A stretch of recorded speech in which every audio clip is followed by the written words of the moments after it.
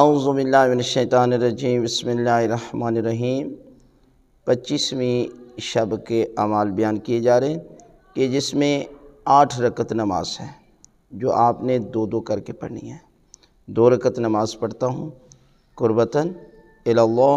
سورہ الحمد کے بعد 100 مرتبہ سورہ توحید ہے، یعنی سورہ توحید قل هو اللہ احد کی تلاوت ہر رکعت میں 100 مرتبہ تلاوت کرنی ہے، اور دوسری رکعت میں بھی سورہ الحمد کے بعد 100 مرتبہ۔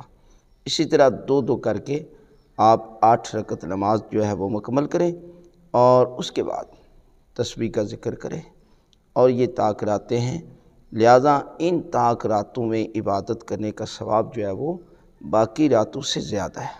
لہٰذا دعا مانگے خالق کائنات ان طاق راتوں کے صدقے میں پروردگار آپ کو شب قدر کا ثواب عطا کرے گا۔ لہٰذا ان اعمال کو ان راتوں میں ضرور انجام دیں تو خالق کائنات آپ کی دعائیں، آپ کے گناہ اور پروردگار آپ کے مرحومین کے درجات کو بلند فرمائے گا۔